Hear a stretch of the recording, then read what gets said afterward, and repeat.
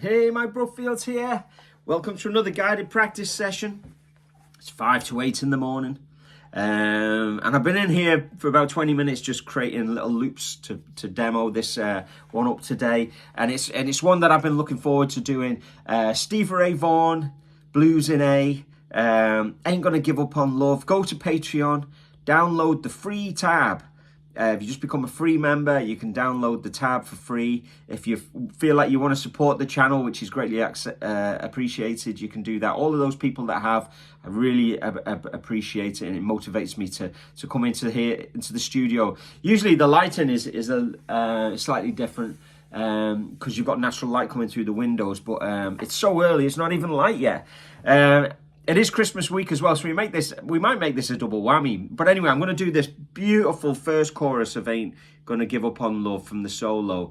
And it's like Stevie Vaughan just being absolutely immaculate in his presentation of his style, and he's adopting the Albert King thing. And what an absolute, beautiful guitar player. Now, sound-wise, I'm not trying to... I just come in and flipped everything on. I'm not coming in here to, chase his tone. You know what I mean? If anything, we're chasing the tone with how we attack the notes and with our phrasing, So don't worry about the tone. What am I doing? I've got an octave fuzz into an overdrive going into... Actually, I've got the... Studio Vintage, the Marshall SV20 set up here because I brought the PV Mini Colossal, which you hear on every video, over to the house. And I actually now have two of them. I was saying this on a video yesterday. I picked up another one for 150 quid. The old PV Mini Colossals, they're great. So if you hear a bit of a hum in the background, the SV20 is a little bit noisier, you know what I mean? But it's a good sound. It's great for the rock thing. Obviously, with Stevie, you need all that headroom and, tube screamer, and you're flying, aren't you? But don't worry about all of that stuff, because you've got to get that phrasing into your head. Now, before we start, it's worth mentioning, when Stevie plays, I think he has a vocabulary which he can pull out in different positions. So when you look at tab books or when you look at people playing this, you'll always see ever so slight difference in the way that they play in position or something. Sometimes they might play the A here on the first string, 5, or they might play here on the second string, 10. And different combinations of those. And even when you watch Stevie, you'll be convinced when you're playing it on the record, he plays it one way, and then when you watch him live, he's doing it ever so slightly different. Now, he knew his thing so well, he could play his thing in multiple positions. And I've seen him play this on different footage where he's played the same lick ever so slightly. Well, it's actually the same lick, but just in a different position. He's just chose to play the A here, start it here, or start the A there. So it's worth putting that in. And I'm going to give you one way. So if you download the tab, print it out, just practice it that way if you want. But later on, come back to it and replace the first string 5s with second string 10s. So when you're practicing these phrases, you'll hear that it's the same phrase, but like when you're playing it in this position or when you're playing it in that position, it feels slightly different. It determines, what were you doing before you played that lick? Were you going to go after that lick? You know what I mean? Are you ascending up the neck? Or are you descending down the neck? So it has an effect on the overall shape of your solo. But you want to be able to pull these phrases out, from your and on a gig. And there's a couple in here which are just beautiful, essential things, that in the modern blues vocabulary have just become very, very standard, that I think, definitely, even if I've split it up into 10 licks, but, if you just take 2 of the licks and work on them, job's a good one. Okay, let's check out lick 1 here. So, let's go. So the way I've presented this, down, da, da, da, da, da, down, down. So I've done it all on the one string. So, and like I was just saying, replace the first string 5 with second string 10 later.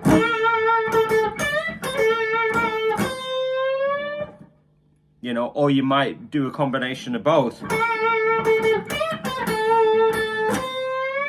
But that's what you need to do to really get into it. That's what Stevie could do. He could do either or, however he felt. So that's the first phrase. We all know that. It's a beautiful thing. And you know, sometimes he does do that snapping thing.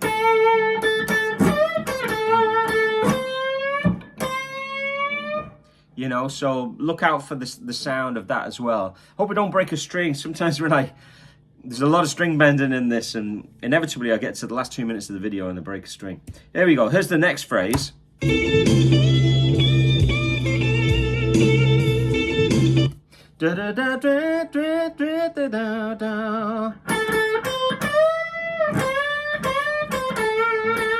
Again, I've presented it on one string, but I'll show you the option in a minute. So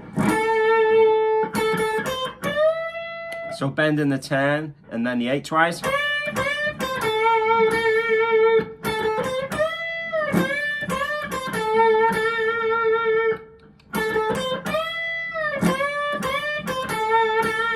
Now you could do it like this, where I started on the second string 10, or you could start on that first string.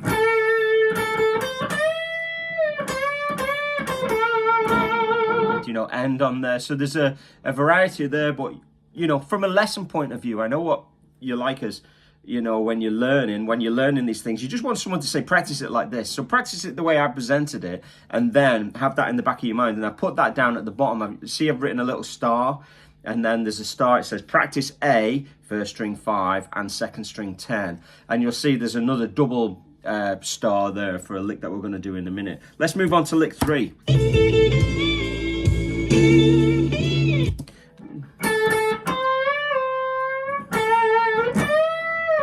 So lovely that, isn't it? And again, I did a variation there by using the second string 10. Beautiful. Next. So what's happening here is he's bending the first string 10, a full tone, and then he's bending the first string 9, but he's bending it up just a half step and then pushes it up all the way to the 12 again. So you're going.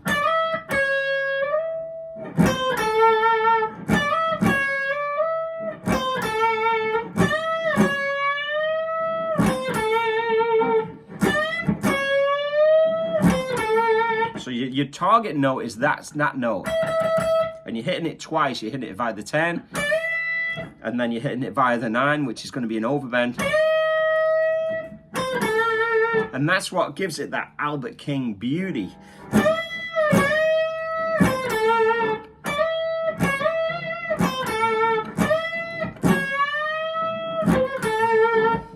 Okay, feel the, like I said, it's only 8 o'clock in the morning. I should have warmed up a little bit. Anyway, so beauty. Okay, lick 5.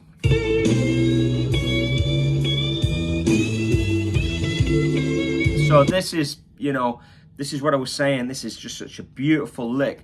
But what's happening here? It's worth talking about. What is he doing? Right, he's going from the root, and what he's doing then, he's going to the C sharp. So if we were going to analyze that, that's the 3rd of A. And then he's chromatically going up to the E, which is the 5th. So you could say he's playing a triad.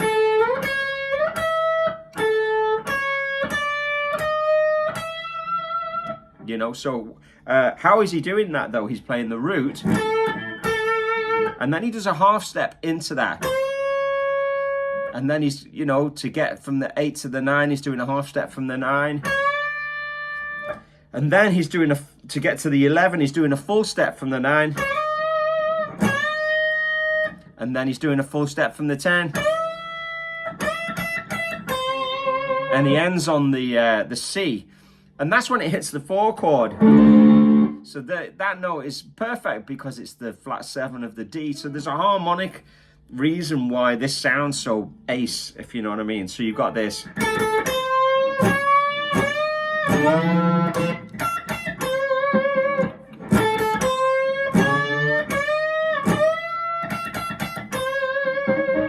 You know, beauty, isn't it? Let's have a listen to it again.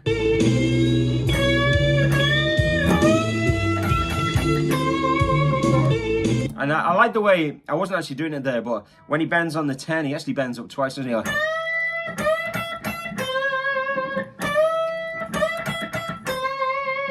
so, half step, full. So you need that. If you're a blues-based player, you know, why would you not have that? It's Albert King, it's Stevie Ray, and it's a whole bunch of guys in between. It's, you know, Doyle Bramhall. It's all of those guys who play out of this bag. You know, Kenny Wayne Shepherd. That's, you know, when you talk about some of the greatest licks of all time, that's one of them. So it's nice to have some kind of harmonic kind of like knowledge behind it, because it just helps you memorize it. And then when you try and do it in a different key, you can kind of go, well, what was he doing? Oh yeah, he was going from the root third to the fifth, but there was a chromatic, he was bending into the third, and then he was bending his way up to the fifth. I mean, and when you watch Stevie Ray Vaughan do this, I've just seen watch him do exactly the same sounding lick multiple times. So he'll go,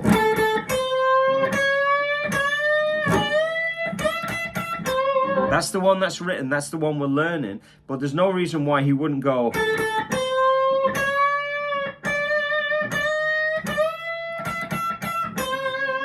It's the same notes, but you know, you would, instead of bending, you know, this a half step, you might bend that a full step, you know, so that might, you could consider that maybe an easier way of doing it, where you bend 8 to 9, 9 to 10, 10 to 11, you know, 10 to 12.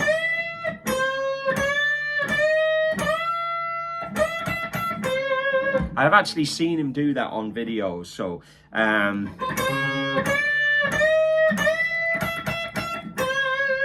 the way we're doing it is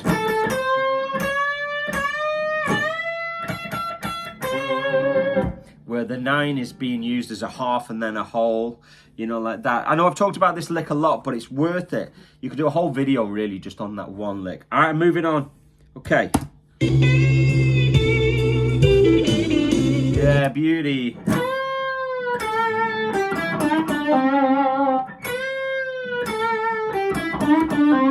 Okay, one thing I haven't said, right, is Stevie's tuned down. I've tuned him up. We're just in standard tuning here, obviously. You know, it's just, you know, we're trying to study phrasing, so it's not really about getting deep into Stevie his sound, and because there's obviously kind of sound perceptions involved when you down tune and things like that. We're not getting involved in that here. We're just trying to get some of these juicy licks under our fingers. Let's do that one again. It's and a way that you attack the note is really important. Okay, let's go to the next one. 7.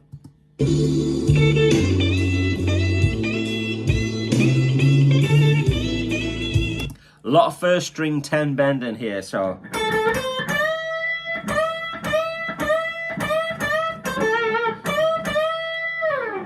You know, so just get into that. I can feel the fretboard under my fingers when I'm playing that.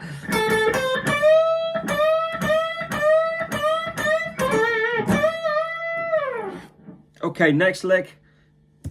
Just, you know, that lick is all about intensity and trying to hit the note, and, you know, not letting your fingernails separate from your fingers, because it's, you know, pretty intense on the fingers, this.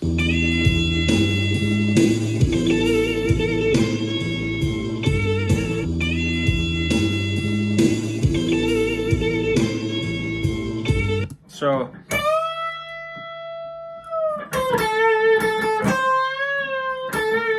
again, I've written it all on one string.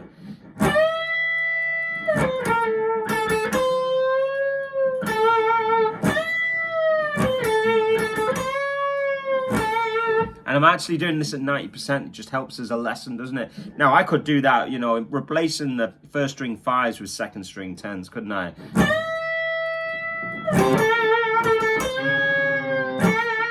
And the bit, you know, that's very, you know, legit, you know, why wouldn't you do that, you know? But it depends on what's happening before and after. So you might see Stevie do it on one string, you might see him use the second string 10. So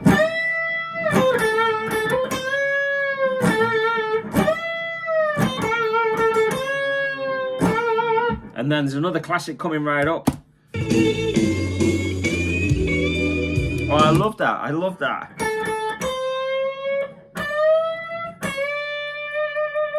And again, what we're doing there is we're bending to the D at just the right time, because it's going to the E chord. So you're bending to the flat 7, which is just a great note to go to.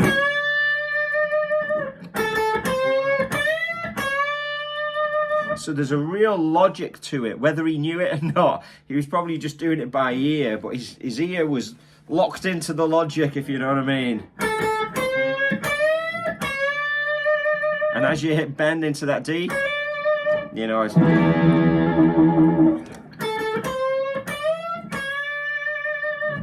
Okay.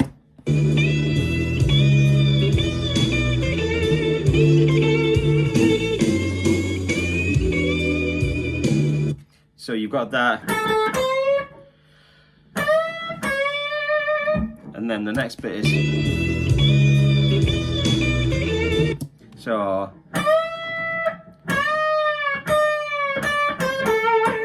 So this is tricky because you bend in the first string 10, and then you're going to bend a full on the 9. So a full, a half down,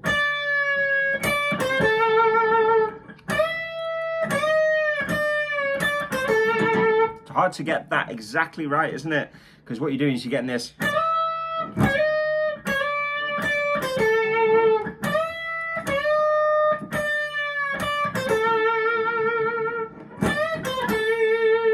A little kind of in the end. Can't remember if it was part of this loop or not. Let's go through those.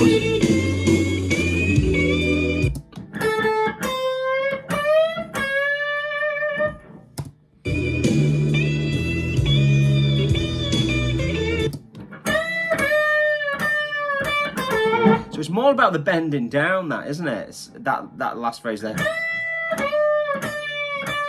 So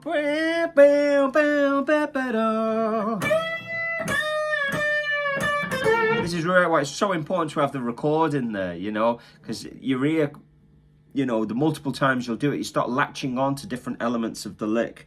And then just a, oh, it's all good. Okay, and then the last lick.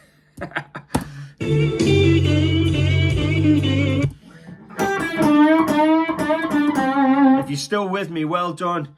Go and put your hand on some ice after this.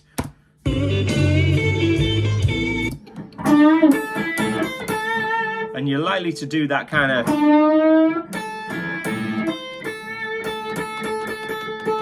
See what I'm doing there? I'm kind of using that second finger there to... So that last one.